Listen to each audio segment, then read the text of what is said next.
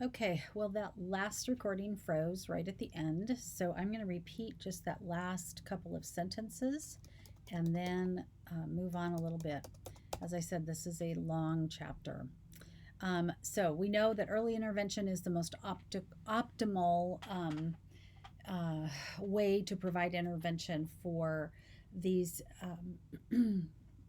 kids with, I'm sorry, with hearing loss. Um, and we know that it's between the ages of 12 and 18 months that children are truly beginning to use language, words and language to communicate. They shift to the spoken word. By the time they turn 2, you should be able to understand at least 50% of what they're saying to you. And by the time they turn 3, you should understand about 75% of what they're saying to you. So we're going to talk about assessment. The first step in assessment, now this is of any child with speech or phonological processing issues. The first step in assessment is to gather information. We're going to talk about assessment throughout the rest of the semester, and many of these steps will repeat themselves, and I'll always tell you about that. But we're talking about children here, so our first part of assessment, once we've had the referral that comes to us, is parent interview. The next part of the assessment would be hearing assessment by an audiologist or a school nurse. Then we want to get input from other professionals. So that might be input from a pediatrician. It might be input from a psychologist, either a school psychologist or a private child psychologist. By the way, they are not the same thing, for those of you who may not know that.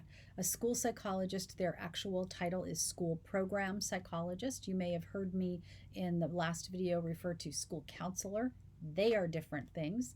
So the school psychologist is, the school program psychologist is a trained psychologist that works with testing and intervention for children with special education.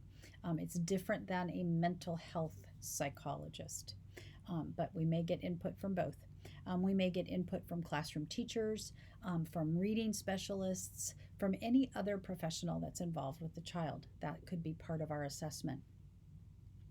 Part of the assessment, the book talks about this a number of times, could be screening.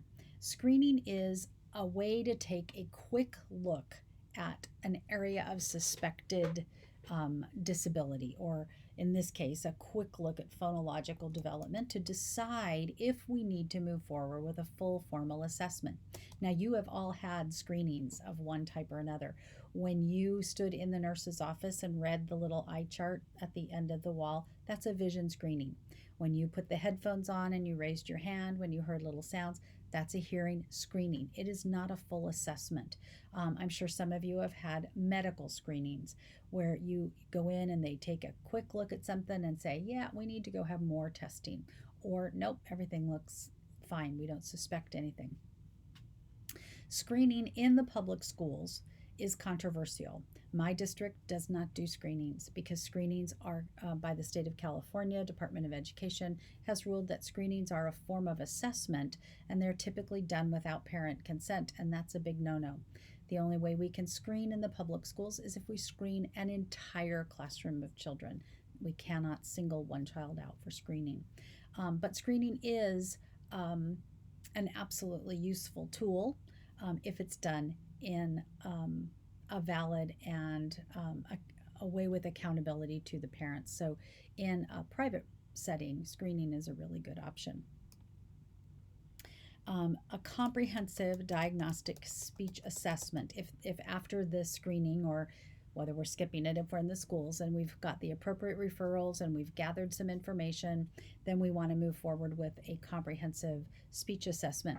What are the requirements for a comprehensive speech assessment? Well, first and foremost, it has to be a specialist in phonological disorder. That's us. They have to be skilled with a variety of tools. They need to be skilled in working with children. They need to be able to phonetically transcribe phonological production. So those of you who are already in phonetics, this is why you're taking that class. As we're testing children's speech, we need to be able to use those phonetic symbols to write down what we're hearing so that when we look back at it 2 weeks later to write our report, we're not questioning what it is that child said. And we also, as a requirement of the assessor, must be able to elicit speech from a child. Not always the easiest thing in the world. What is it that we're looking for during assessment? So, what are our aims? What are the 6 aims of assessment? Well, the first one is to just characterize the child's general developmental and medical background, including their family history. This is a big piece of assessment. We need to know if there's family history of speech disorders. We need to know what the makeup of the family is. Are there good English models in the home if we're testing in English? Are there any genetic issues that we should concern ourselves with? What is the child's medical history? Do we have that history of chronic otitis media with effusion? Or has the child been hospitalized for high fevers? Or has the child had any disease process where they've had to be in the hospital for a considerable period of time? Any head injuries? We need to know that. The second aim of assessment is to characterize the status of the hearing and the oral motor structure and function. So we're going to have that hearing assessment done. It's not going to be a full formal audiological assessment. It's going to be a screening of hearing. If they fail the screening, it may go on to be a full assessment. And then we are going to do the oral motor assessment. So we'll be looking at whether or not the child can move the articulators in a way that is appropriate and functional for good speech production. So we're going to look to see if everything is symmetrical. We're going to make sure everything is intact, all the structures are intact, and then whether or not the child can move them in a way that tells us they should be able to produce articulate speech. The third aim of assessment is to characterize their current phonological and language function. So we're going to be doing specific testing, looking at exactly what sounds this child is able to produce. We're also going to take a look at their language. Now, the language piece of this one may be a screening. We may just be screening language development, and if we don't have any concerns after that screening, we don't move on with full language assessment. But we do need to look at it, and we do need to speak to it in our reports. The fourth is to characterize the nature and severity of this disorder. So this is where we're going to make a decision. Are we looking at, after we've done all this testing, are we looking at a child with a phonological processing disorder? Are we looking at a child with a simple articulation disorder?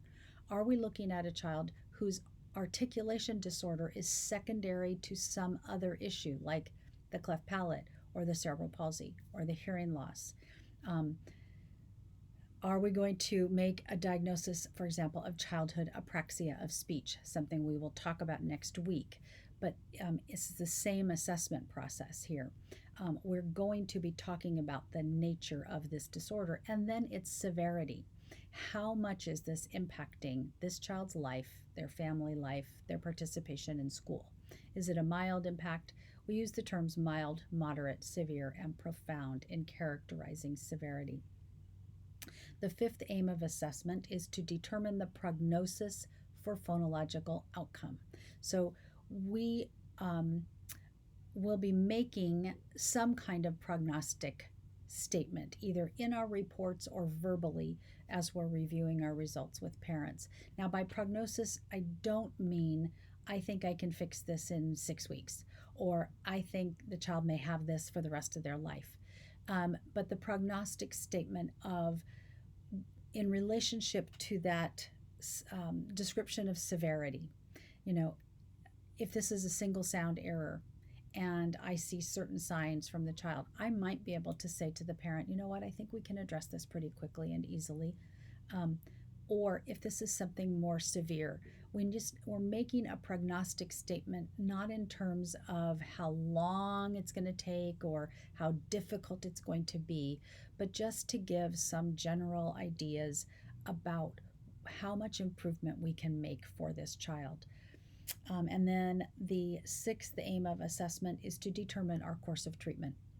So assessment will tell us what the outline for treatment will look like. Once we have all of those other pieces in place, we know how to design a treatment plan and then how to proceed with treatment with this child. So back to looking at some of those other pieces more specifically. The first one is the caregiver interview. What do we want to ask during parent or caregiver interview? Well, we want to get a broad understanding of the child's medical history.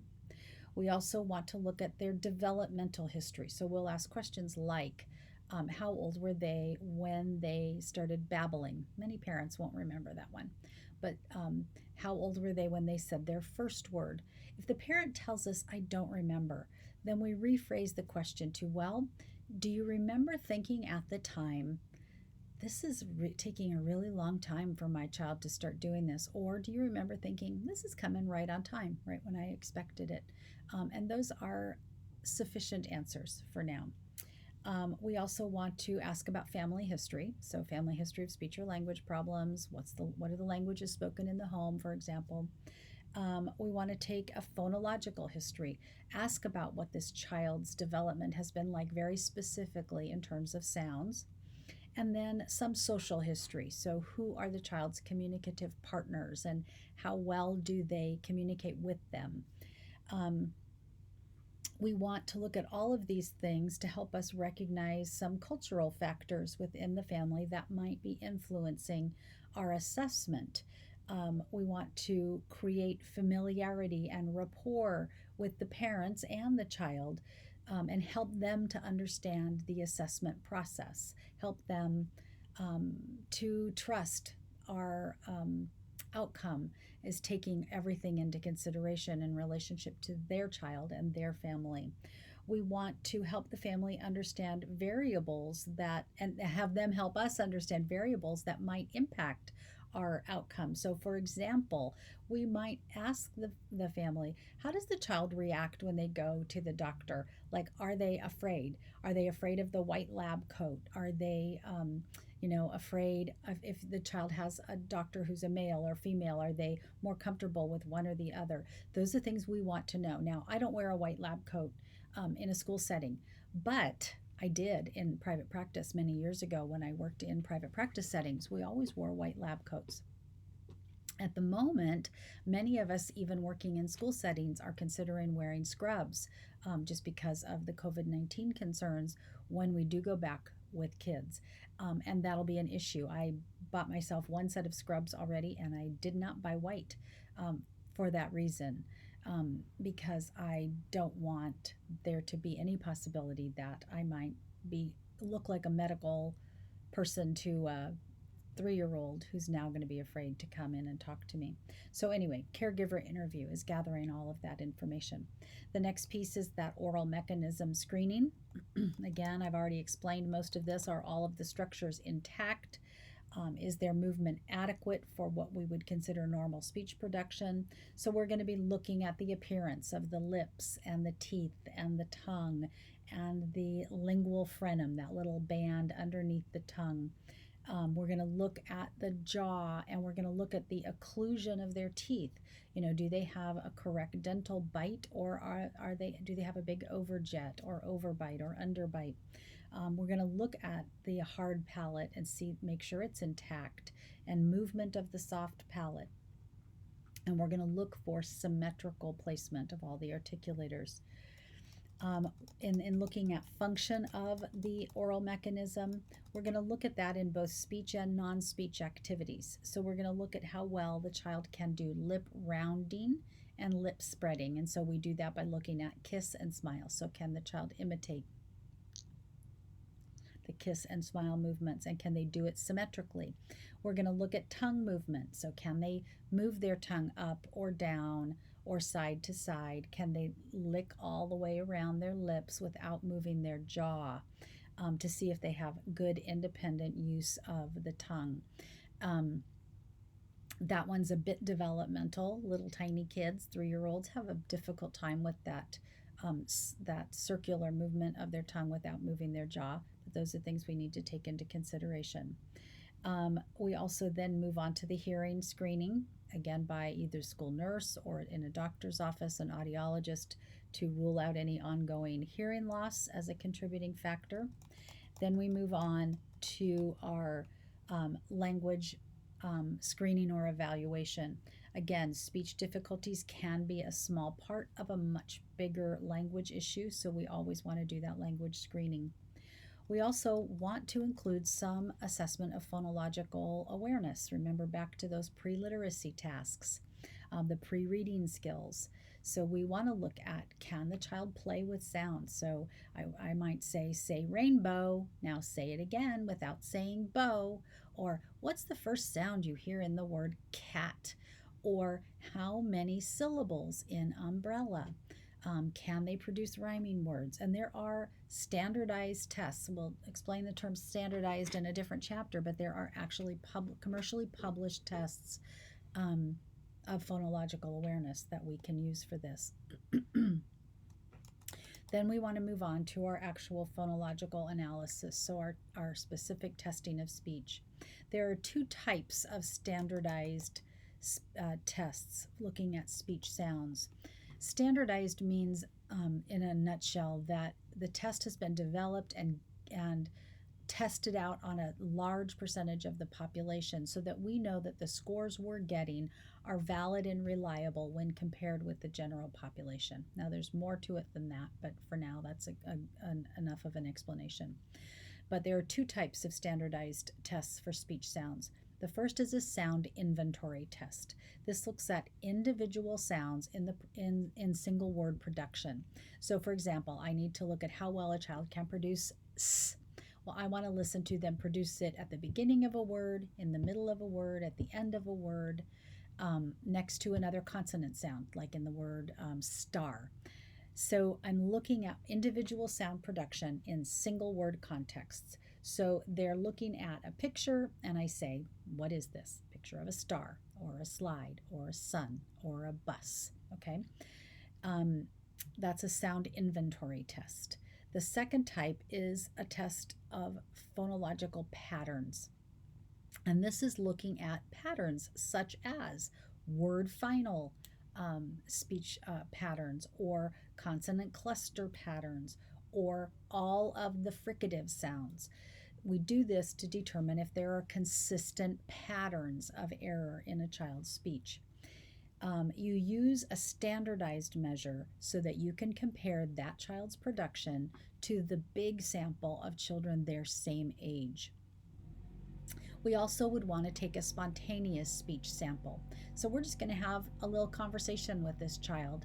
We usually would have a tape recorder on, recording the child's speech production skills. I don't know if you can hear that sound in the background, but my husband is remodeling our living room, and he's using a nail gun at the moment, and it was making that sound. So a spontaneous speech sample. Let me get back to that. It distracted me. I don't know if it distracted you. We're taking a recording of the child's speech so that we can then go back and phonetically transcribe exactly what that child is doing with no prompting at all from us. Then we would add some probing or consistency assessment. So now I know this child can't produce R. They can't produce it in the testing that I've done so far. So what I'm going to do is I'm going to gather up, I've already had them gathered, but I'm going to gather up a bunch of different pictures, or if it's a child that can read, a bunch of different written words that all contain R in different contexts. So at the beginning of a word, at the end of a word. R is an odd one for me to choose because R is different next to all the different vowels. So fur, far, for, R becomes a little bit different sound because it's next to a different vowel. And then R in consonant blends. So terrain, tree, creek. And I'm going to have the child go through all of those different contexts with R to see if there's anywhere they produce it correctly. So if there's a phonological context where we can start therapy because they produce it correctly there. I'm also going to look at stimulability. This is how well I can get the child to imitate my production.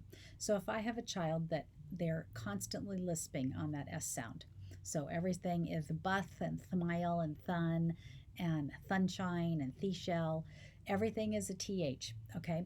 What I'm going to do now is I'm going to say, okay, I want you to watch me, and I want you to try and make your sound just like mine. Make your mouth look just like mine. And I'll say sun and have them repeat it after me. Bus, repeat it after me. I'm looking to see how easily I can stimulate the child to correct production of the sound.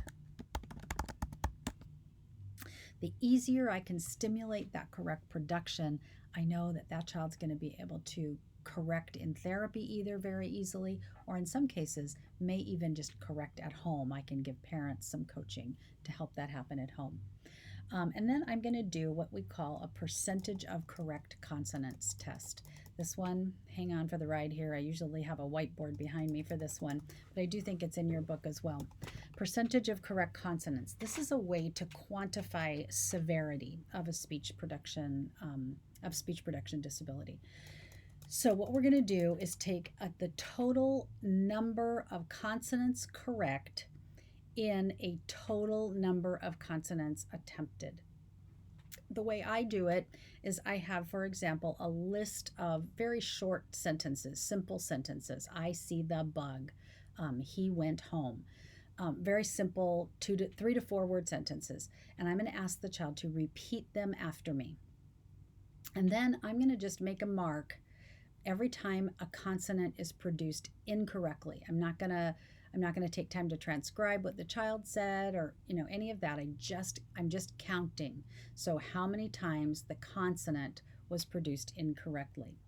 Then I'm going to do some math. So let's say I have 273, this is my sample that I happen to use, 273 consonants in these sentences that I have the child repeat, and the child made 15 errors. Now we subtract. So 273 minus 15, 258, right? Now 258 divided by 273, we're going to end up with a 94.5% correct. 94.5% correct. Okay, now if that's your score on an exam, you're pretty good, right? But if you think of that as how many times there was an error in speech, if in every, say, 10 consonant sounds, only 9 of them are produced correctly, it starts to add up. We would still consider anything over 90% as very mild, maybe not even disordered at all. But anything between 65 and 85, now we're starting to interfere with intelligibility. It's still kind of a moderate level of intelligibility being impacted. 50 to 65% is moderate to severe, and anything below 50%, this child is going to be very difficult to understand, definitely in the severe range. So these are just ways of ranking severity. All right, I'm going to stop this one right now. We will continue the rest of this in class.